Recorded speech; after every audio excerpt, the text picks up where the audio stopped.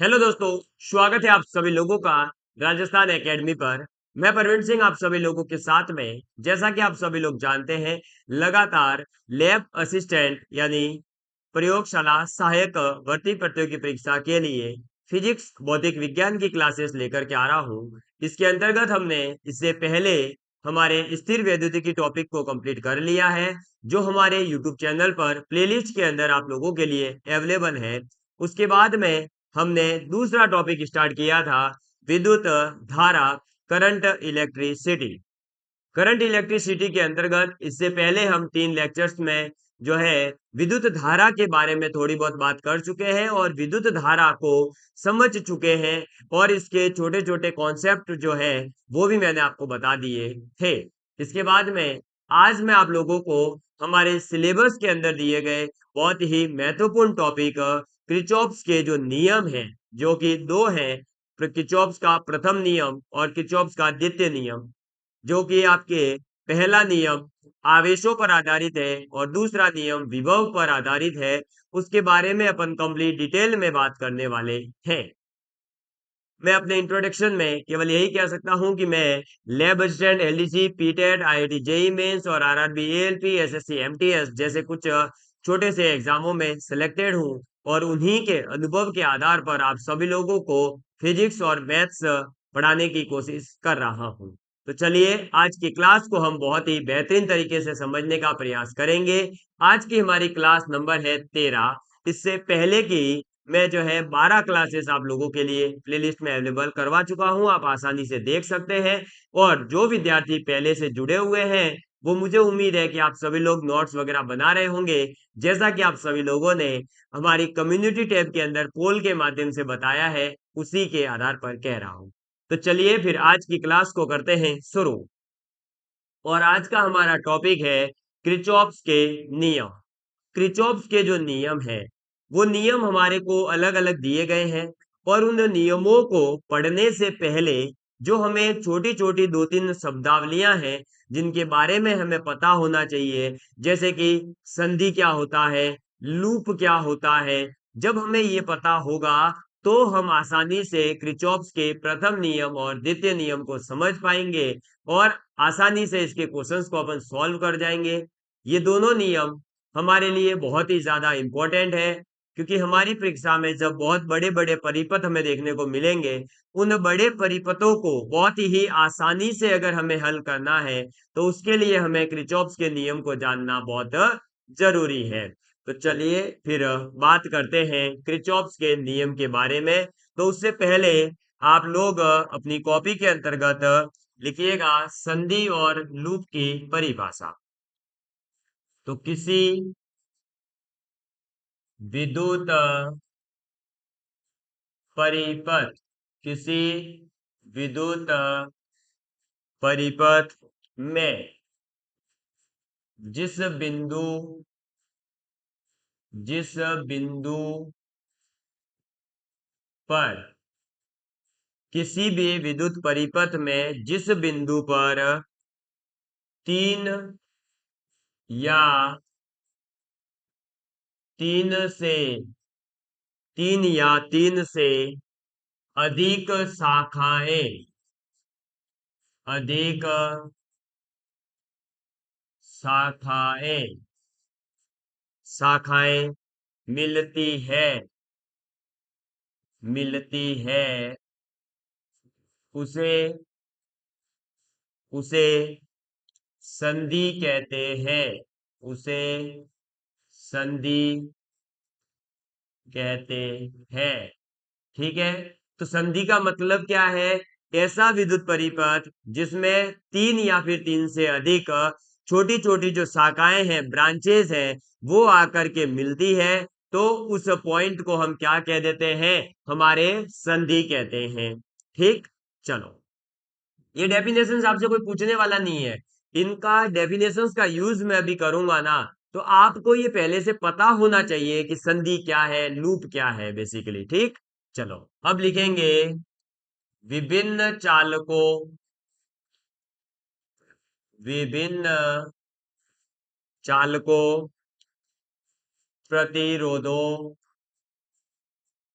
विभिन्न चालकों, प्रतिरोधों एवं अन्य एवं अन्य अवयवों। अन्य अवयव मतलब वही आपके कुंजी है, रेजिस्टेंस बॉक्स है, कोई बल्ब लगाया हुआ है, अमीटर है, वोल्ट मीटर है, इस प्रकार के सभी। ठीक है, तो विभिन्न प्रकार के चालक यानी कंडक्टर्स हमारे प्रतिरोध और अन्य अवयवों से से मिलकर मिलकर बना विद्युत परिपथ, मिलकर बना विद्युत परिपथ। इन सभी से मिलकर के जो विद्युत परिपथ बनता है उसे हम लूप या शुद्ध हिंदी में पास लूप या पास कहलाता है। ठीक है, तो हम उसे क्या कहेंगे, लूप या पास कहते हैं। तो ये बात आपको याद रखनी है कि विभिन्न प्रकार के जो चालक है, प्रतिरोधक है या उनसे रिलेटेड और भी अन्य अवयव कंपोनेंट्स जो हमारे विद्युत परिपथ में जुड़े रहते हैं, वो सभी मिल करके जो है लूप या फिर पास कहलाते हैं। ठीक है, तो मुझे उम्मीद है कि ये दो छोटी छोटी चीजें समझ में आई गई होगी। अब हम पढ़ने जा रहे हैं क्रिचॉफ्स का प्रथम नियम, या फिर जिसे आप संधि नियम यानी जंक्शन रूल के नाम से भी जानते हैं। ठीक, तो अब आप हेडिंग डालेंगे क्रिचॉफ्स, लिखिएगा किरचॉफ का प्रथम नियम। किरचॉफ का प्रथम नियम, या फिर आप इसे क्या कहोगे, संधि नियम। किरचॉफ का प्रथम नियम या फिर आप उसे क्या कह दोगे, संधि नियम कहोगे। समझ में आ गई बात। तो अब इस संधि नियम या किरचॉफ का जो प्रथम नियम है उसमें क्या कहते हैं वो लिख लीजिए, क्योंकि इसका जो स्टेटमेंट है वो भी कई बार एग्जाम में सीधे सीधे आया हुआ है और छोटे बड़े एग्जामों में आया हुआ है। चाहे छोटे से छोटा आप कांस्टेबल पटवारी का उठाइए, उसमें भी कई बार आया हुआ है। और नीट, आईआईटी, जेई मेंस जैसे एग्जाम में भी इसका स्टेटमेंट देकर के पूछा गया है कि यह किरचॉफ का प्रथम नियम है, द्वितीय नियम है, या कोई नहीं है, या दोनों है, ऐसा क्वेश्चन आ सकता है। तो लिखेंगे किसी संधि। अब आप समझ गए ना संधि का मतलब क्या है, तो बस किसी संधि पर मिलने वाली मिलने वाली विद्युत धाराओं का विद्युत धाराओं का धाराओं का बीजगणितीय बीजगणितीय मतलब डायरेक्ट जो नॉर्मली आप गणित में जोड़ बाकी गुणा भाग करते हैं ना, वो। ठीक है, तो बीजगणितीय एलजेब्रिक योग शून्य होता है, शून्य होता है। ठीक है, एलजेब्रिक योग जो है यानी बीजगणितीय योग जो है वो शून्य होता है।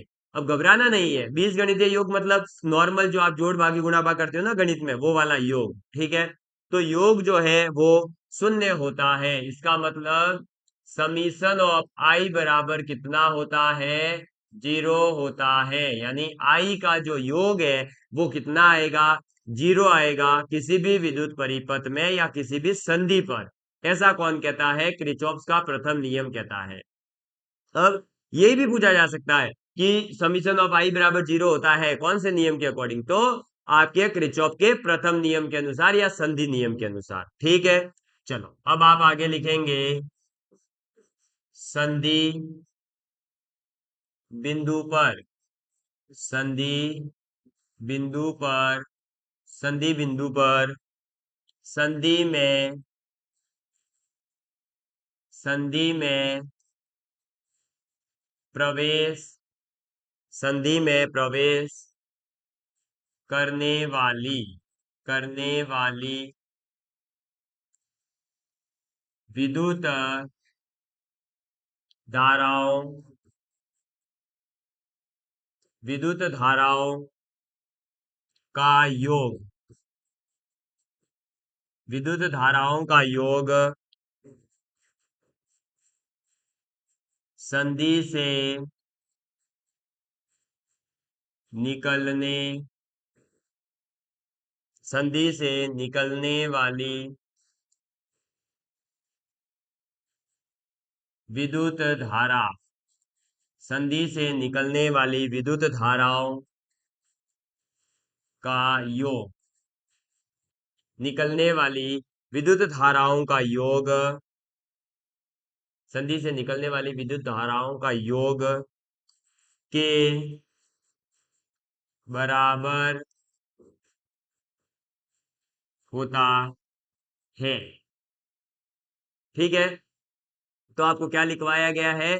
पहले तो ये लिखवाया कि किसी भी संधि पर मिलने वाली जो विद्युत धाराएं होती है उनका बीजगणितीय योग शून्य होता है, समीशन ऑफ आई बराबर 0। या फिर संधि बिंदु पर, ठीक है, कोई संधि बिंदु है वहां पर संधि में प्रवेश करने वाली यानी आने वाली विद्युत धाराओं का योग और उस बिंदु से जाने वाली विद्युत धाराओं का योग जो होगा वो आपस में क्या होगा? बराबर होगा। क्या होगा? आपस में बराबर होगा। ये बात हमें याद रखनी है। यानी मान लीजिए ये कोई ए पॉइंट है संधि वाला, तो इसके अंदर आने वाला करंट आई है तो इससे जाने वाला करंट भी आई के बराबर ही होगा, ना उससे ज्यादा ना उससे कम। समझ में आ गई बात? ये सीधा सीधा सा कॉन्सेप्ट है कि जो आया है वो जाएगा, जो आया है वो जाएगा, जो आया है वो जाएगा। सीधी सी बात है। चाहे तो आप मनुष्य का जीवन देख लीजिए, जिसने जन्म लिया है उसको एक दिन जाना ही है। चाहे किसी जानवर का उदाहरण देख लीजिए, जो आया है वो जाता है। वैसे ही करंट आया है तो करंट को जाना ही पड़ेगा।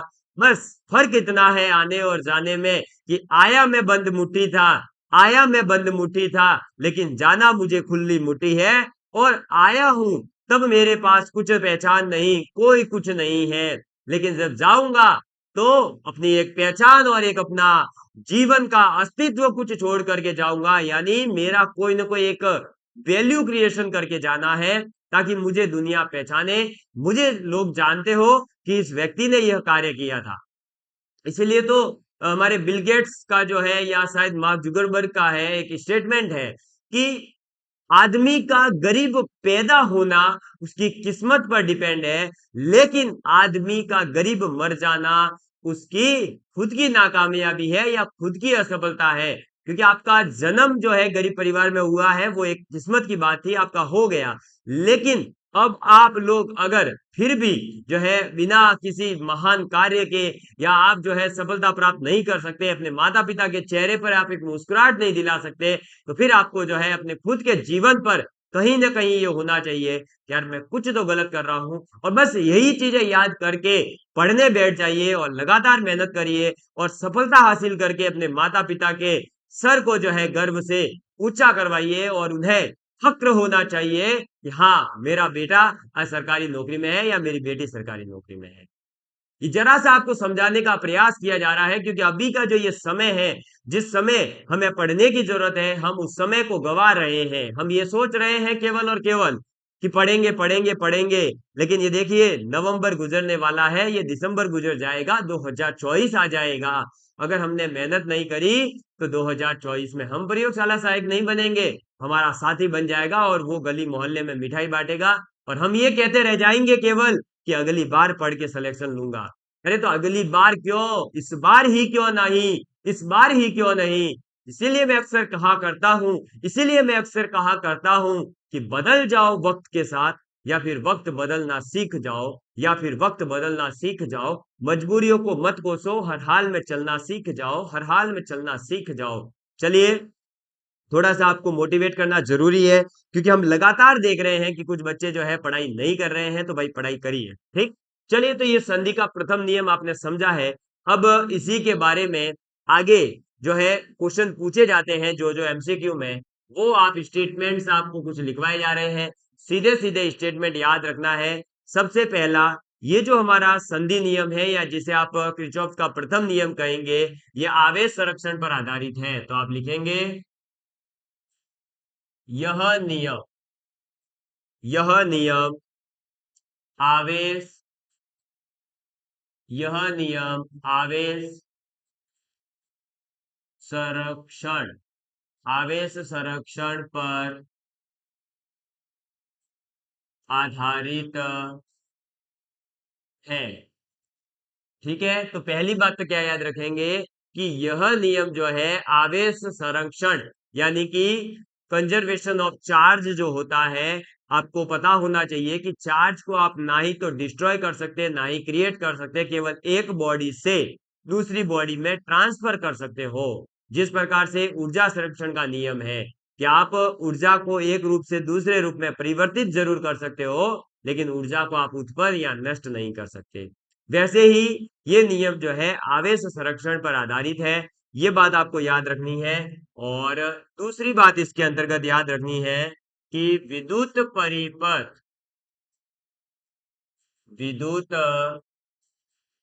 परिपथ में, विद्युत परिपथ में किसी संधि,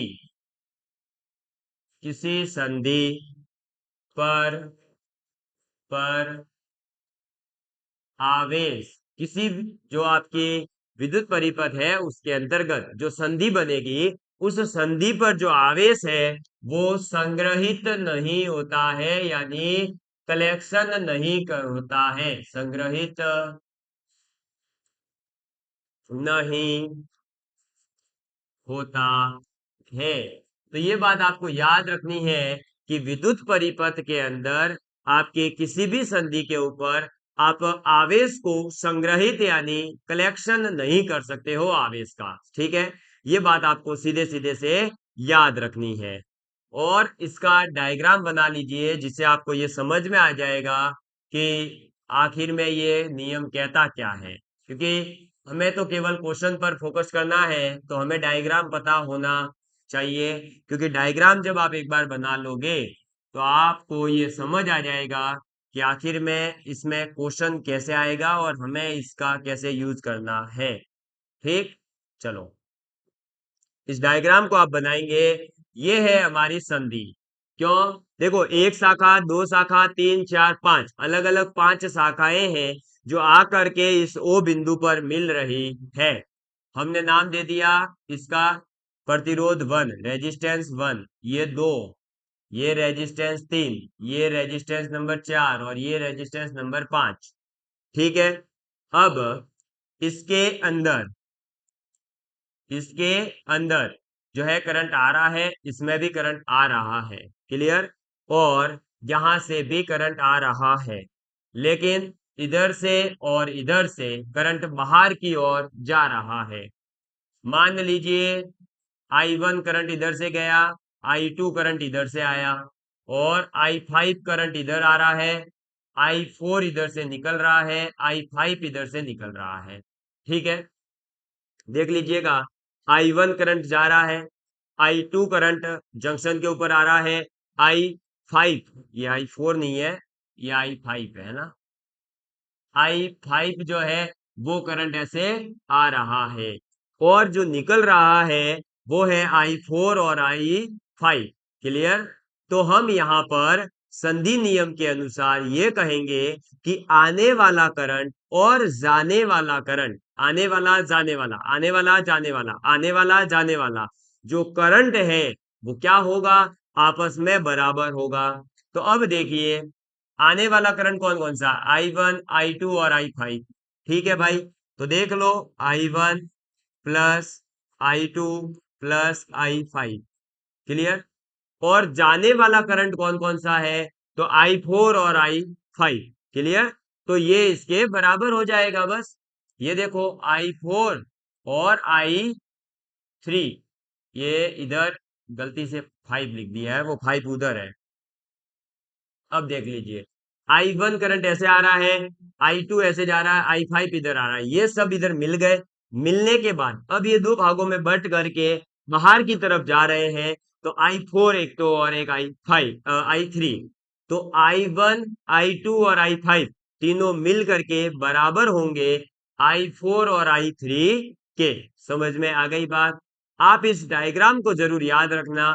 और पहला पॉइंट तो ये याद रखना इसके अंदर किसका स्टेटमेंट क्या है, दूसरा ये किस पर आधारित है, क्योंकि ये हमारे आधारित है आवेश संरक्षण पर, और इसका द्वितीय नियम ऊर्जा संरक्षण पर आधारित है, और ये कई बार पूछा गया है। और फिर क्या आवेश संग्रहित होता है, नहीं होता है, और ये डायग्राम बना लीजिए।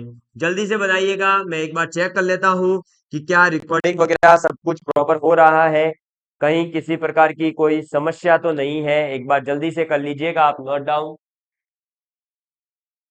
ओके, ठीक है, सब कुछ सही चल रहा है। ठीक, तो ये था अपना क्या, क्रिचॉप्स का प्रथम नियम, जो मुझे उम्मीद है कि आप सभी लोगों को अच्छे से क्लियर हो गया होगा। एक बार इसे पुनः देखिएगा, हम इसे बहुत अच्छे से समझना चाहेंगे क्योंकि इसका यूज बहुत ज्यादा होने वाला है। देखिएगा अपन ने क्या पढ़ा है, क्रिचॉप्स का प्रथम नियम या जिसे अपन संधि नियम कहते हैं, और ये जो है किसी भी संधि पर मिलने वाली विद्युत धाराओं का बीजगणितीय योग शून्य होता है, ये इसका स्टेटमेंट है। पहली बात, हम इसे मैथमेटिकली यानी गणित के रूप में अपन इसे समीशन ऑफ आई बराबर 0, ये जो साइन लिखा है ना मैंने ये वाला, ये ऐसे, इसका मतलब ये जो एम को मैंने ऐसे खड़ा कर दिया है, इसका मतलब होता है योग सभी का, है ना। तो सभी के सभी करंट का जो योग होता है, धाराओं का जो योग होता है शाखा पर या जिस जंक्शन पर, संधि पर, वह होता है शून्य। ठीक है, शून्य इसलिए क्योंकि आने वाली अगर आपने दिशा को प्लस ले लिया तो जाने वाली दिशा ऋणात्मक लोगे, और फिर जब प्लस और ऋणात्मक जोड़ोगे तो अल्टीमेटली 0 हो जाता है, इसीलिए वो अपन ने पीछे बराबर लिखा है। अभी और समझा दूंगा डिटेल में। संधि बिंदु पर संधि में प्रवेश करने वाली जो विद्युत धाराएं हैं, प्रवेश करने वाली विद्युत धाराओं का योग, और उस संधि से निकलने वाली जो धाराएं हैं उनका योग, तो आने वाली धारा, प्रवेश करने वाली और निकलने वाली धारा का योग जो है वो क्या होगा, आपस में बराबर होता है। ठीक, चलो अब देखिएगा, यह नियम जो है आवेश संरक्षण पर आधारित है, और विद्युत परिपथ में किसी भी संधि के ऊपर आवेश जो है वो संग्रहित नहीं होता है, इस बात का हमें ध्यान रखना है। और मैं आपके सामने इसको साइड में ले लेता हूं, और भी अगर किसी ने स्क्रीनशॉट नहीं लिया है तो ले लीजिएगा, है ना। ये लीजिए, अब तो ले ही सकते हैं आसानी से। अब देखिए, इसके अंदर आप जो आने वाली डायरेक्शन है अंदर, अगर उसको अपन धनात्मक लेते हैं तो ये तो धनात्मक ही रहेगा, और ये जो जाने वाली दिशा है उनको अगर मैं ऋणात्मक लेता हूं, यानी इनको नेगेटिव लेता हूं अगर दोनों को, तो मैं क्या लिखता, I1 plus I2 plus I5 minus I4 minus I3, और बराबर करता 0। तो बराबर जब 0 करता तो अल्टीमेटली क्या होता, I4 और I3 माइनस के होते, और माइनस वाली संख्याएं जब इधर लाते हो आप, बराबर के साइन में इधर की तरफ ट्रांसफर करते हो, यानी लेफ्ट से राइट या राइट से लेफ्ट, तो आखिर में क्या होता है, वो क्या हो जाते हैं, पॉजिटिव में कन्वर्ट। बस ये ऐसे देख लो इधर, I1 I2। अब I3 की बात करूं तो वो ऋणात्मक आता, यानी मैं लिखता I3, फिर I4 भी ऋणात्मक आता, फिर I5 आ जाता, और बराबर आ जाता 0। ठीक है, अब बराबर जैसे ही 0 आया तो I3 और I4 माइनस के हैं, ये माइनस के दोनों, ये और ये इधर आएंगे, तो अब क्या बन जाएगा, देखो I1 I2 I5 बराबर हो जाएगा I2 sorry I3 plus I4। यही तो मैंने यहां लिखा था, समझ में आ गई बात।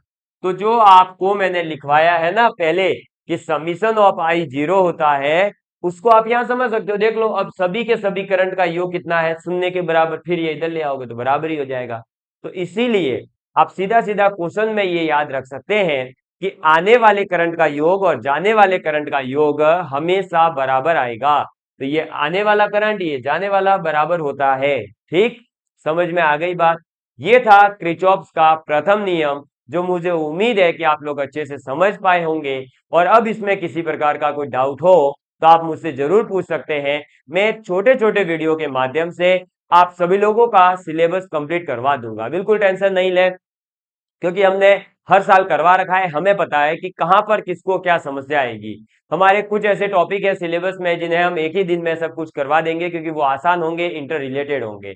अब ये किरचॉफ का प्रथम नियम अगर आपने याद कर लिया तो द्वितीय नियम कल आपको समझाया जाएगा और उन्हीं पर बेस्ड जो क्वेश्चंस होंगे वो भी आपको करवा दिए जाएंगे। ठीक, तो चलिए अब मिलेंगे अगली क्लास में। तब तक के लिए bye bye. Love you all of you. Please take care and please share with friends. जय हिंद, जय भारत।